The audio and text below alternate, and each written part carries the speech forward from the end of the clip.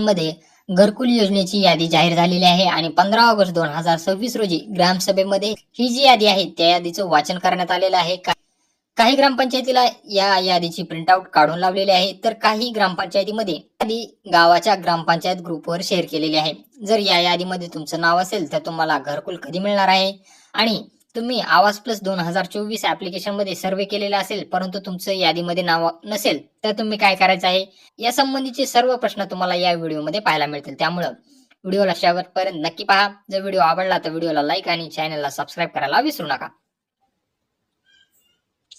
तर या प्रकारची अशा प्रकारची यादी जाहीर करण्यात आलेली आहे, प्रसिद्ध करण्यात आलेली आहे. यामध्ये तुमचा आवास प्लस आयडी असणार आहे, नाव असणार आहे, फादर्स नेम हस्बंड नेम असणार आहे, विलेजचं नाव असणार आहे, सोशल कॅटेगरी असणार आहे, जॉब कार्ड नंबर असणार आहे, तुमचा मोबाईल नंबर आणि तुमचा कॅटेगरी वाईज रँक ही तुम्हाला इथं पाहायला मिळेल. अशा प्रकारच्या या यादीमध्ये जर तुमचं नाव असेल तर तुम्हाला घरकुल कधी मिळणार आहे आणि जर या यादीमध्ये तुमचं नाव नसेल तर तुम्हाला काय करायचं आहे, चला